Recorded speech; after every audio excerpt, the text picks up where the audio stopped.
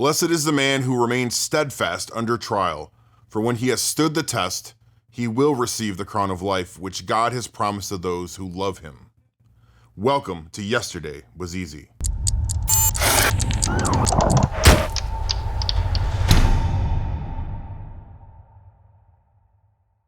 That verse I just read is from James chapter 1, which I will get to in a minute, but before I do, I need to give a little background to this conversation.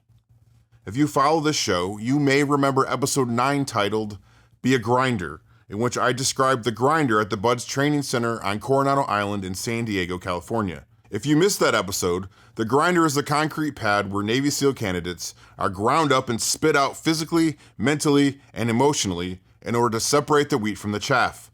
Only the strong will survive. Only those willing to grind will be counted worthy to become a SEAL. Well, in May of 2025, I was afforded the once-in-a-lifetime opportunity to attend Captain Brad Geary's retirement ceremony that took place at this very location. I was honored to be there and will never forget this experience. As I entered the Naval Special Warfare Command and was escorted to the grinder by a SEAL candidate, I soaked up every moment, taking lots of pictures, while at the same time trying to play it cool.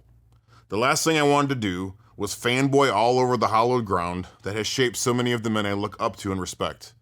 I'm confident I failed, but I did do my very best. You can only contain so much excitement. All that to say, I came away that day with a lot of inspiration for more episodes that has put my mind to work. So I will be dedicating the next 4 episodes to a few of the principles I gleaned from this experience. As you step out of the quarterdeck at command onto the concrete grinder, one of the first things you immediately see to your left, painted on the ground in front of the infamous drop area bell, which I will get to in the next episode, are the words, "Respect the grinder." This is what the candidates see day in and day out, and is a constant reminder not to hate the grinder, but to respect it. Sure, it is difficult. Absolutely, it is designed to make you want to quit. But ultimately, it is just a tool created to make you better, a tool intended to grind away your imperfections.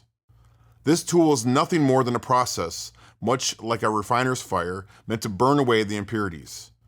SEAL candidates that make it through this process learn to overcome animosity for the grinder by respecting it.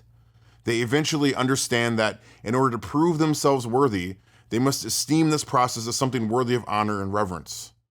I recently heard retired SEAL J.D. Donaldson say that he was able to embrace this process not by looking at it as misery, but as an opportunity to improve, an opportunity to be the best.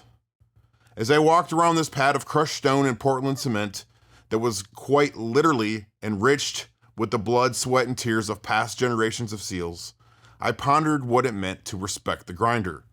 I could not help but think of James chapter 1.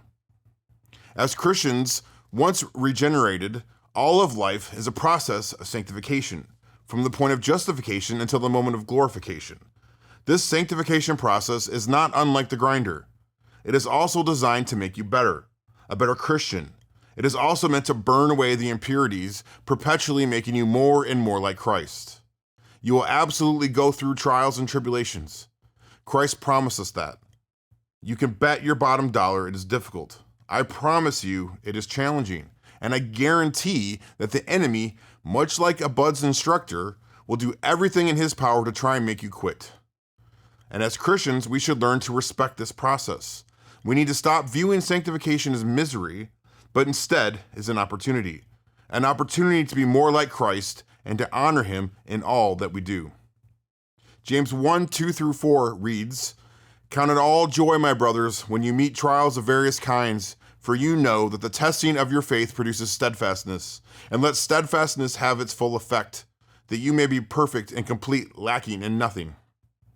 Just like the grinder, true sanctification is the testing of your faith, which produces steadfastness or resolution. This allows you to weather any storm, standing firm in your purpose, lacking in nothing, firmly established in Christ. Continuing on in verses 12-15, James said, "Blessed is the man who remains steadfast under trial, for when he has stood the test, he will receive the crown of life, which God has promised to those who love him. Let no one say when he is tempted, 'I am being tempted by God,' for God cannot be tempted with evil, and he himself tempts no one. but each person is tempted when he is lured and enticed by his own desire. Then desire, when it has conceived, gives birth to sin, and sin, when it is fully grown, brings forth death. Bud's instructors are always looking for the candidates who remain steadfast under the trial of the grinder. These men who stand the test are the ones who receive their trident, their crown. They are the ones who prove themselves worthy to be called seals. As Christians, God blesses the man who remains steadfast under the trial of sanctification. The man who stands the test of time demonstrates his justification to be legitimate, proving himself worthy to be called a Christian. And after he has completed his lifelong process of sanctification, he will then receive his crown of life. Captain Geary knows the grinder well, not only because of his own experience being ground up on it, but also due to the times he recently served as commander of Buds, ensuring that the classes under his care also came to respect it. As I was writing this episode, I asked him his thoughts on the grinder. He told me that prior to the commencement of Hell Week at Buds, he and his command master chief, Dave Hansen, would tell every class this: don't waste your suffering. This is an opportunity few have. You are at a crossroads in life and need to choose which path to take. Either way, you will never be the same. Suffer well and know that it is doing something in you and for you. Don't spiral into self-pity. It is producing something. You must choose whether you will endure to the end. This is also true for the Christian.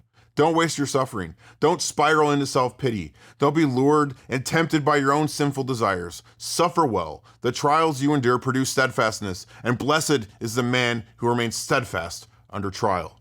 Yesterday was easy. Respect the grinder. Stay hard.